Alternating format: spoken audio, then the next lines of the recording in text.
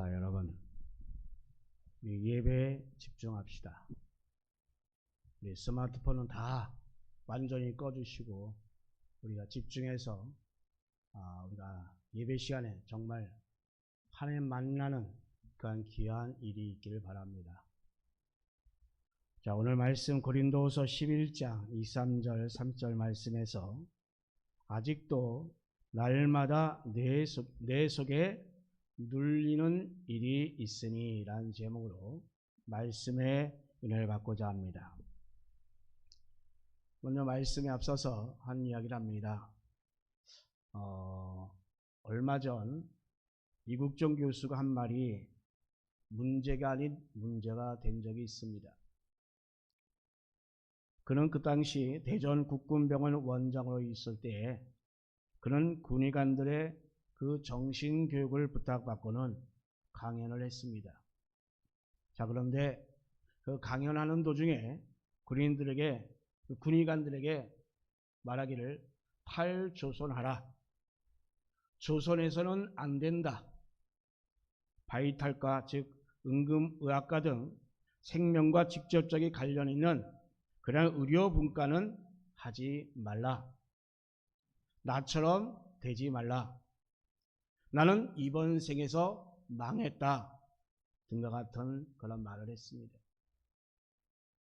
내용상으로 보면 이것은 우리나라에서는 안 된다라고 하는 그런 말인 것입니다.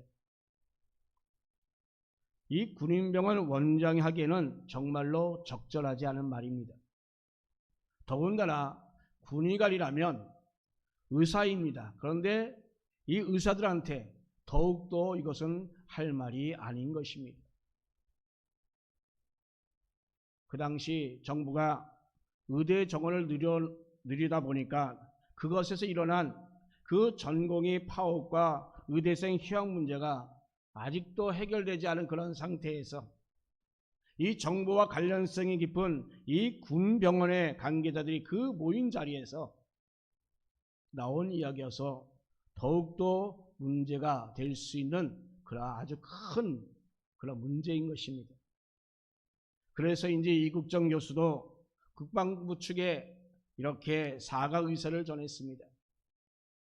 그러나 국방부에서는 이 이국정 교수가 말한 그 의도를 알기에 크게 문제를 삼지 않고 그냥 넘어갔습니다. 그리고 이러한 보도가 되자 사회에서는 이러한 기류가 일어났습니다.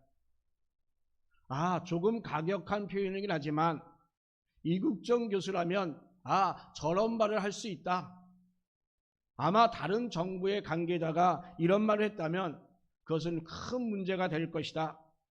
자, 그런데 지금 이 이국정 교수가 이런 말을 하는 것은 정말로 그럴만하다라고 인정을 했던 것입니다. 실제로 이 이국정 교수는 이 응급의학에 정말 헌신한 사람이었습니다. 응급의학에 대한 체계, 특히 또한 외상센터에 대한 그 체계가 전혀 없는 우리나라에서 바로 그의 노력으로 말미암아 그나마 체계가 잡혀진 것입니다. 권역 외상센터가 만들어졌고 또 골든아워 안에 정말 안에서 치료할 수 있는 그런 일들이 일어나게 되었습니다. 또한 닥터 헬기 도입이 대표적인 바로 그의 업적이기도 합니다. 이렇게 이 외상의학 분야의 전공의 제도가 그를 통하여 안착되었다라고 해도 과언이 아닐 것입니다. 자, 이렇게 그는 이 분명한 성과가 있음에도 불구하고 정말 그런데 병원에서는 적자를 많이 내는 분야로 인하여 그것이 왕따당한 그런 지경에 이뤘다는 것입니다. 권역 외상 상태를 책임지고 할 바로 그 이국정 교수가 대전 국군병원장으로서 일하고 있는 것도 역시 바로 그들에게 미움털이 박혀서 그 자리에서 밀려나게 된 것입니다. 앞서 말한 이러한 부정적인 이야기들은 자기 자신이 쏟은 그 헌신에도 불구하고 아직도 바뀌지 않는 그 외상센터 그 정책에 대하여 비판하는 어조로 말했던 것입니다. 자, 그러면 여러분, 이런 그의 그 표현에 사람들이 왜 대체적으로 이렇게 수고하는 이유가 과연 무엇이겠습니까? 이국종이라는 사람이 그 가슴 속에는 바로 외상응급의학이라는 말이 그러한 것이 깊이 새겨져 있기 때문인 것입니다. 그의 일생을 바쳐서 그 마음에 담긴 것 때문에 그는 정말 힘들어도 또한 피곤하게 정말 그렇게 열심을 다하여 그런 일을 해왔기 때문인 것입니다.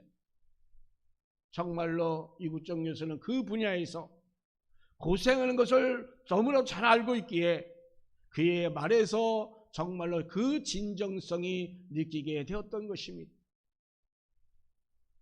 자, 이렇듯 그의 가슴에는 항상 이런 외상응급의학이라는 게 항상 짓누르고 있었던 것입니다. 그래서 다들 다 손 떼라라고 했을 때, 깊이 들어가지 말라고 했을 때, 그래서 인기 있는 그러한 과로 전과라고 했을 때에 그는 정말로 그럼에도 그는 바보처럼 정말 꿋꿋하게 그 자리를 지켰던 이국종 교수였습니다. 바로 그것은 그의 마음 가운데 짓누르고 있는 바로 그 일 때문이었습니다. 이러한 마음의 짐 때문에 그는 인정받지 않든 간에 그는 그 일에 몰두하게 되었던 것입니다.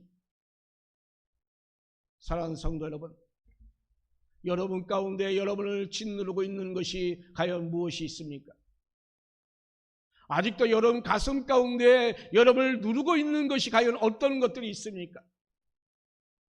그것 때문에 우리는 고생이나 불편함도 기꺼이 우리는 감당하고 있지 않습니까? 그런데 여러분, 성도인 우리에게는 바로 그것이 무엇이어야 되겠습니까? 오늘 바울이 바로 고린도 교회에 하는 말을 보면 바로 그런 이야기가 나옵니다. 28절 말씀입니다. 오늘 제목이기도 합니다. 아직도 날마다 내 속에 눌리는 일이 있으니 라고 했습니다. 아직도, 언제부터인지 몰라도 아직도라는 것입니다. 그리고 가끔 그러는 것이 아니라 날마다 라고 그렇게 합니다. 적어도 바로 이것이 바울을 움직이게 하는 거다라고 말할 수가 있는 것입니다. 지금 바울의 이야기지만 그러나 성도의 말로 우리에게도 동일하게 적용되어질 내용인 것입니다. 그래서 오늘은 바로 우리를 정말 무엇에 눌리고 있는가, 우리의 마음 가운데 어떤 것이 바로 그것에 눌려 있어야 하는지에 대해서 우리가 한번 생각해 보고자 합니다. 자, 먼저 첫 번째로 바울은 자기 자신이 경험한 그런 파란만장한 것들을 논외로 하고 있다는 사실입니다. 바울이 지금 아직도 날마다 마음에 누르는 게 있다라고 고백합니다. 그 앞에 말하기를 이 외에 이런 고사하고라고 했습니다. 자, 이것은 뭡니까? 도대체 어떤 것들이 있기에 이렇게 말하는 것이겠습니까? 그 앞에 바로 이 복음을 위하여 그가 겪은 그런 어려움들에 대해서 지금 나열하고 있습니다. 오늘 본문 시작한 것을 보면 그들이 그리스도의 일꾼이냐 정신없는 말을 하거니와 라고 하면서 그런 것을 따지면서 나는 더욱더 그러하다라고 이렇게 말하고 있습니다. 그러면서 그는 당당하게 참 그렇게 이야기할 수 있는 이유에 대해서 쭉 나열하고 있습니다. 내가 수고를 넘치도록 하고 옥에 갇히기도 더 많이 하고 매도 수없이 맞고 여러 번 죽을 뻔하였으니 라고 했습니다. 23절에만 나온 이야기입니다. 달리 해석할 것도 필요도 없이 그냥 듣기만 해도 이 바울이 당한 일이 얼마나 엄청나게 힘든 일이었구나 라고 하는 것이 그대로 느껴지게 되는 말인 것입니다. 24절 말씀 보면 그 강도가 더 세게 나옵니다. 유대인들에게 40에 하나 감한매를 5번 맞았으며 라고 했습니다. 자, 40에 하나 감한매는 39대입니다. 이 39대는 이유는 뭡니까? 신명기 말씀을 보게 되면 악인에게 형벌을 내릴 때에 바로 40가지라고 하는 때리되 그 이상은 때리지 말라라고 하는 말인 것입니다. 이스라엘의 형의 그 집행이 있어서 바로 이것은 가죽끈으로 몸 앞뒤를 때리는 것입니다. 그런데 40대 이상 때리게 되면 바로 죽을 수도 있다라고 하는 것입니다. 그렇기 때문에 바로 죄를 지은 그 약한 자 되어 형벌로 때리는 것이지만 그러나 그렇다고 그 사람이 죽도록 때려서는 안 된다고 하는 것입니다. 바로 인권을 보호하는 차원에서 40까지는 때릴 수 있지만 그러나 그 이상은 때리지 말라라는 말인 것입니다. 자, 그런데 유대인들은 이것을 율법 구문으로 만들어 놨습니다. 즉 하나님께서 명하신 것이기 때문에 이것은 반드시 지켜야 한다라고 하는 것입니다. 그래서 비록 죄인이라 할지라도 그들의 생명을 존중해야 한다고 하는 것으로서 지켜야 하는 것입니다. 자, 그런데 그들은 이것을 문자 그대로 40까지만 때려야 한다라고 하면서 지키려 했던 것입니다. 그래서 혹시나 때리다가 실수를 한 대 더 때리게 되면 하나님 말씀을 어기는 것이기 때문에 혹시나 실수할까 하여 미리 계산하여 39대만 때린다고 하는 것입니다. 자, 이것이 이렇게 해서 굳어져서 이제 40이 하나는 매가 되었다고 하는 것입니다. 그러니까 그 정도 맞는다는 건 그것은 바로 거의 죽기 직전까지 맞는다라는 얘기인 것입니다. 그런데 이것을 무려 몇 번이요? 5번이나 그랬다고 하는 것입니다. 그런데 이것은 로마법이 아닌 것입니다. 유대인들이 그 율법에 기반하여 이야기하는 것입니다. 그리고 때린 그 주체도 유대인이다라고 밝히고 있습니다. 자, 그러니까 바울은 이 복음을 전하는 일 때문에 로마인들이 아니라 바로 유대인들의 그 시기와 질시로 바로 이러한 고초를 당했다라고 하는 것입니다. 그리고 3번 태장으로 맞고 오라고 했습니다. 이것은 이 태장이 바로 로마의 형벌입니다. 자, 예수님께서 십자가에 지실 때에 채찍에 맞는 이야기가 나옵니다. 그런데 그게 바로 뭐냐? 태장입니다. 그런데 우리 이 유대인들의 채찍과는 달리 이 로마인의 그 채찍은 그 끝에 새 조각이나 뼈 조각이 달려 있습니다. 그렇기 때문에 그런 때릴 때마다 살이 찢어지는 그런 고통을 감내해야만 하는 것입니다. 원래 태장은 사형이 아닙니다만 그러나 이 태장만으로도 죽는 사람이 부지기수였다는 것입니다. 그걸 그런데 3번씩이나 맞았다고 하는 것입니다. 40이 하나는 가만매나 혹은 또한 태장이나 모두 다 죽을 만큼 맞았다고 하는 것입니다.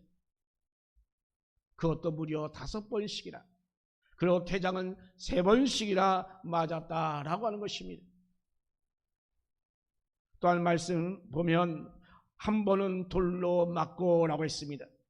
이것은 그냥 어떤 사람이 던진 그 돌팔매지에 맞은 것을 말하는 것이 아닙니다. 돌로 쳐 죽임을 당하는 것을 의미하고 있습니다. 그때 바울이 정말 죽지 않을 뿐이지 사람들은 그 바울을 돌로 쳐 죽이려 했던 것입니다. 그 외에 3번 파손됐고 또 바다에 표류한 일, 또 강의 위협, 그 강도의 위협, 동족의 위협, 또 이방인의 위협, 또 시내의 위협, 또 강야의 위협, 바다의 위험, 거짓 형제의 위험이 있었다고 합니다. 이렇듯 바울은 가는 곳 어디서든지 그가 만난 사람 누구든지 간에 다 위험 요소가 되었다고 하는 것입니다. 오죽하면 시내의 위험까지 있었다고 말하고 있습니까? 일반적으로 시내에는 위험하지 않고 안전한 곳이 아닙니까? 그런데 그것마저도 위험하다고 하는 것입니다. 바울은 이렇게 시내조차도 안전하지 못했습니다. 그는 자지 못하고 줄이며 목마르고 여러 번 굶고 헐벗었노라라고 했습니다. 이렇게 23절에서 27절까지 바로 그는 이 복음 전하는 것 때문에 당한 일들을 이렇게 쭉 나열하고 있습니다. 모두 다 정말로 우리의 상상을 뛰어넘는 그러한 것들이었습니다. 자, 그런데 여러분, 이런 것들이 너무나도 많아서 이 일은 고사하고라고 했습니다. 너무나 많아서 말하지 않겠다고 하는 것입니다. 왜 그렇습니까? 정작 말해야 할 그 핵심 중요한 것이 바로 따로 있기 때문인 것입니다. 바울이 경험한 일들은 정말로 엄청난 것들이었습니다. 만약 우리가 이러한 일들을 경험했다면 내가 이런 일까지 경험해 봤는데 라고 하면서 자기 자랑하지 않겠습니까? 내가 하나님 영광을 위하여, 내가 교회를 위하여 이렇게 희생하고 이렇게 어려움 당하고 고통당했는데 하면서 오히려 자랑하지 않겠습니까?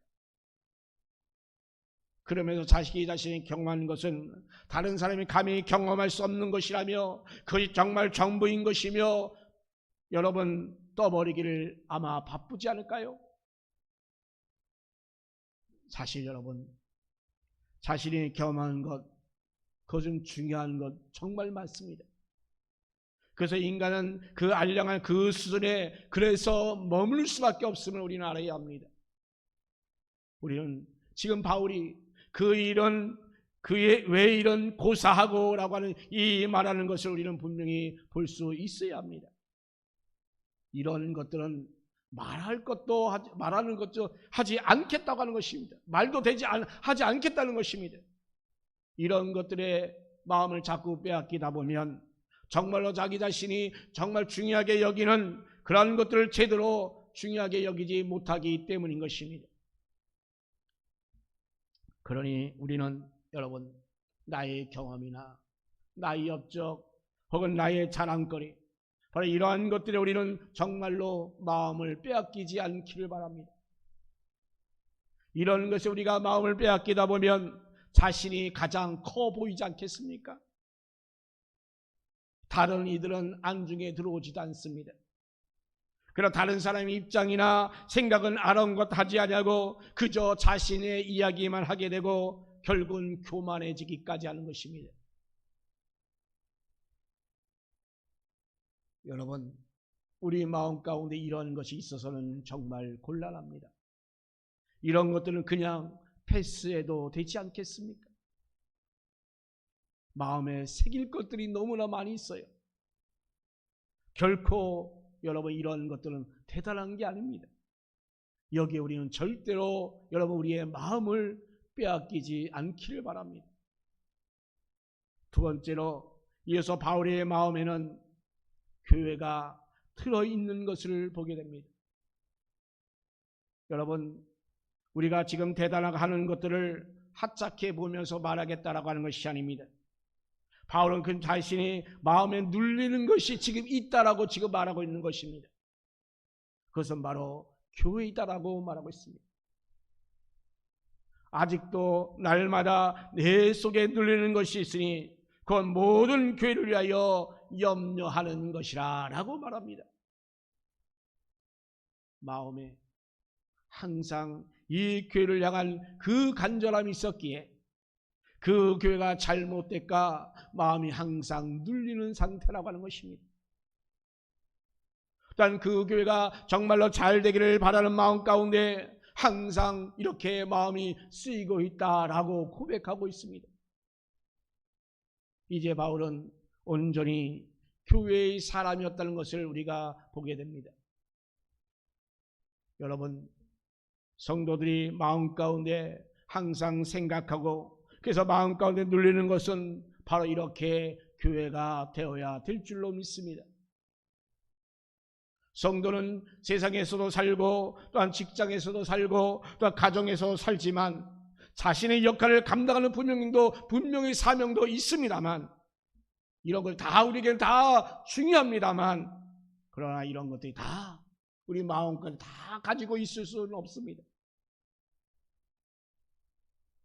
그런데 여러분 이런 것보다 더 핵심이 되고 더 중요한 것은 바로 교회가 우리 마음 가운데 있어야 한다는 것입니다. 바로 교회의 중심이어야 합니다. 교회를 중심으로 한 가정이 교회를 중심으로 한 직장이 되어야 하고, 교회를 중심으로 한 그러한 역할이 여러분들이 감당해야 할 일이라는 것입니다. 아멘. 우리가 다른 것들은 아무리 잘한다 할지라도 우리가 교회의 사람이 되지 못한다면 그것은 결코 성도의 모습이 아닌 것입니다. 한 이야기를 합니다. 이미 돌아가셨지만 미국 39대 대통령이었던 지미 카터는 온전히 교회의 사람이었습니다. 그는 젊어서부터 주일학교에서 성경을 가르쳤습니다. 그리고 대통령 된 이후에도 그 경호상의 문제로 매주일 교회에 갈 수는 없었지만, 그러나 그는 주기적으로 항상 교회에 가서 주일학교에서 성경을 가르쳤습니다. 그리고 대통령직을 물러난 그 이후에는 당연히 주일교사로서 성경을 가르치는 일에 그 돌아가시는 그날까지 헌신했다라는 것입니다. 그런 대통령으로 정말로 훌륭한 일을 다 감당했습니다만, 그럼 그는 언제든지 그럼에도 교회의 사람이었습니다. 교회는 그에게 주변의 것이 아니라 그에게는 아주 중요한 핵심이었다는 것입니다. 사랑하는 여러분, 교회가 여러분 마음 가운데서 누르고 있는 것이 무엇이 있습니까? 교회는 예수 그리스도께서 직접 세운 기관인다는 그 점에서 우리 성도 마음 가운데 정말로 핵심적인 위치가 되어야 될 줄로 믿습니다. 예수님께서 베드로와의 대화에서 이 반석 위에 내 교회를 세우리라 라고 말씀합니다. 바로 여기서 주님께서는 친히 뭐라고 말합니까? 내 교회라고 말씀하셨습니다. 그리고 친히 세우셨다라고 말씀하셨습니다. 그러니 바로 예수 그리스도의 제자인 바로 우리에게도 바로 이 교회는 우리의 중심이 되어야 될 줄로 믿습니다. 우리가 신구약을 통하여 흐르는 그 중심 주제가 뭡니까? 바로 하나님 나라입니다. 그런데 그 하나님 나라가 바로 교회인 것입니다. 우리는 바로 이 땅에서 교회를 통하여 하나님 나라를 세워나가는 그러한 사람들인 것입니다. 이렇게 교회는 바로 성도들의 그 마음을 누르는 아주 중요한 무언가가 되어야 될 줄로 믿습니다. 우리 삶이, 바로 우리의 신앙이, 우리의 예배가, 또한 우리의 모든 전도가 정말 잘못된 모습으로 나타난다면 그것은 바로 내 모습인 것처럼 정말 슬퍼하고 애통하는 저와 여러분 되기를 주님의 이름으로 축원합니다. 그런데 요즘 보면 우리 교회에서의 공예배를 보게 되면 주일 예배뿐만 아니라 모든 예배에 좀 등한시하고 있지 않는가라고 생각됩니다. 여러분, 오늘 주일 예배를 위해서 이 주일 예배를 주님 앞에 나오기 위해서 얼마나 여러분 준비하여 나왔습니까? 언제부터 준비하여 나왔습니까? 저는 토요일부터 최소한 토요일부터 준비해야 된다고 생각합니다. 그래야 맑은 정신으로 정말 사모하는 마음으로 말씀을 준비하고 또한 헌금을 준비하고 내 몸과 마음을 온전히 드리고자 하는 그 진정한 그 신앙 믿음으로 주님 앞에 나올 때 이 예배 가운데 진짜 하나님을 만날 수 있다는 사실입니다. 그래서 최소한 토요일부터 여러분 미리미리 준비하여 몸과 마음을 청결하게 하고 주님 앞에 나올 수 있는 여러분 되시기 바랍니다. 그런데 간혹 보면 주일 예배에 나와서 몸이 불편하고 힘드니까 여러분 정말 얼마나 힘들게 예배를 드리고 있습니까? 집중하지 못합니다. 주일 예배뿐만 아니라 모든 공예배 때마다 사모하여 나오지 못하고 있는 우리의 현실을 여러분 한번 돌아보십시오. 왜 그렇습니까? 교회가, 예배가, 하나님 나라가 내 중심을 누리고 있지 않기 때문이 아닐까 여러분 한번 생각해 보십시오.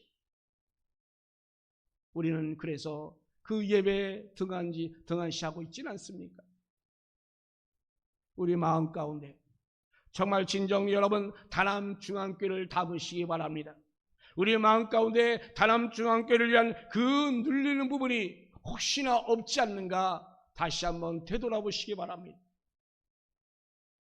또한 이렇게 우리가 전도도 하지 아니하고 그저 아니라는 신앙의 모습으로 있다고 한다면 과연 이 우리 다남중의 미래는 과연 어떻게 될까 하는 것입니다. 내년의 주제가 바로 미래를 열어가는 교회입니다. 과연 우리 교회의 미래는 과연 어떨 것인가 생각하면 저는 정말 마음이 아픕니다. 염려가 됩니다. 여러분 마찬가지 아닙니까? 심히 걱정되고 하나님께 어떠한 심판을 받을까 우리는 염려가 되지 않습니까? 늘 그래서 정말 불안한 마음이 연속되기도 합니다. 사랑하는 성도 여러분, 하나님께서는 왜 우리 다남중앙교회를 이곳에 세워주셨습니까? 우리 다남중앙교회를 통하여 하나님 나라를 세우기 위함이었던 것입니다. 아멘. 바로 우리는 그래서 예배를 중심으로 우리 하나님만 섬기기를 원하고 계신 것입니다. 많은 영혼을 구원하기를 원하십니다. 사랑하는 성도 여러분, 우리 마음을 지금 누리고 있는 것이 과연 무엇이 되어야 하겠습니까? 여러분 성도들의 마음 가운데 항상 생각하고 그 마음 누리는 것이 바로 교회가 되어야 될 줄로 믿습니다. 우리 성도들은 이 세상에서도 또한 직장에서도 가정에서도 우리의 삶의 터전에서도 여러분 자신의 그 역할을 잘 감당하는 감당해야 될 그 사명이 있음을 여러분 깨닫길 바랍니다. 우리가 누리는 유일한 것은 바로 그것이 핵심이 되어야 합니다. 바로 교회를 중심으로 한 가정이 되어야 합니다. 교회를 중심으로 한 직장이 되어야 합니다. 교회를 중심으로 한 우리의 삶의 터전이 되어야 합니다. 아멘. 다른 것들은 아무리 잘한다 할지라도 교회의 사람이 되지 못한다면 성도로서의 그 모습이 지켜지는 것이 아닙니다. 교회의 중심이 되는 저와 여러분 되시기를 주님의 이름으로 축원합니다. 또한 끝으로 바른 교회에 대한 마음이 염려로 나타납니다. 자, 우리는 교회를 위한다라고 하면 뭔가 우리가 해놓아야 된다라고 생각하지는 않습니까? 그래서 교회를 위하여 무언가를 남기려고 나름대로 애쓰는 그런 경향 또한 있습니다. 그래서 전도를 해야 한다, 교회 건축을 위해서 수고해야 된다, 또 헌금을 많이 해야 된다, 봉사해야 된다, 이런 것들 정말 생각해보면 아주 귀한 것들입니다. 자신을 위한 것이 아니라 교회를 위한 것이라고 하는 점에서 칭찬받아 정말 마땅한 것입니다. 그러나 여러분, 이렇게 교회를 일하는 것을 자신의 경험을 자랑하는 일로 만드는 경우가 종종 있음을 우리가 보게 됩니다. 그러나 여러분, 교회를 위한 이런 일들을 나의 마음에서는 지워버려야 합니다. 내가 했던 그런 자랑거리를 다 지워버려야 합니다. 나의 실적에서도 완전히 패스해버려야 합니다. 그것에 우리가 마음을 빼앗기게 되면 우리는 본질을 제대로 보지 못하기 때문입니다. 바울은 말하죠. 누가 약하면 내가 약해지지 아니하며 라고 했습니다. 또한 누가 실족하게 되면 내가 애타지 아니하더냐라고 했습니다. 지금 바울이 이 교회를 위하여 택한 방법은 약함을 자랑하리라 라고 했습니다. 여기서 바울은 이 교회를 위하는 마음은 바로 섬기는 자세다라고 이렇게 말하고 있는 것입니다. 주장하고 또한 가르치고 수정하자고 하는 것이 아닙니다. 바로 상대방 아래에 서는 것입니다. 정말 겸손하게 그 사람이 정말 일어날 수 있도록 그의 발판이 내가 되어줘야 하는 것입니다. 바울이 다른 사람을 위하여 기도할 수밖에 없었던 그 이유가 바로 여기에 있습니다. 서로를 높이고 가르치려고 한다면 얼마든지 가르칠 수 있겠으리나만, 그러나 여러분, 우리는 그렇게 하여 그 영혼을 얻을 수 없기 때문입니다. 바울은 그러므로 끊임없이 기도할 수밖에 없었던 것입니다. 그리고 또한 그 사람을 우리가 이해하고 그 사람을 복돋아 주려 하고 그 사람을 채워 주려고 해야 합니다. 바로 이것이 바울의 방법이었습니다. 교회를 향한 그 바울의 그 마음이 바로 이러한 모습을 갖게 하였던 것입니다. 자, 여러분, 우리 역시도 마찬가지입니다. 교회를 세우기 위하여, 우리 형제 자매를 바로 교회로 세우기 위하여 우리 자신은 낮아져야 합니다. 섬기는 자가 되어야 합니다. 또 우리가 기도하는 자가 되어야 합니다. 오로지 바로 그 영혼이 믿음으로 온전히 서는 것을 기뻐하는 자가 되어야 합니다. 우리 마음 가운데 정말 우리를 누리는 것이 있다고 한다면 그것은 바로 우리 교회가 바로 서는 것이 되어야 합니다. 바로 저와 여러분 가운데 바로 온전히 섬기며 상대방을 세워줄 수 있고 교회를 세워나갈 수 있는 저와 여러분 되기를 예수님의 이름으로 축원합니다. 아멘.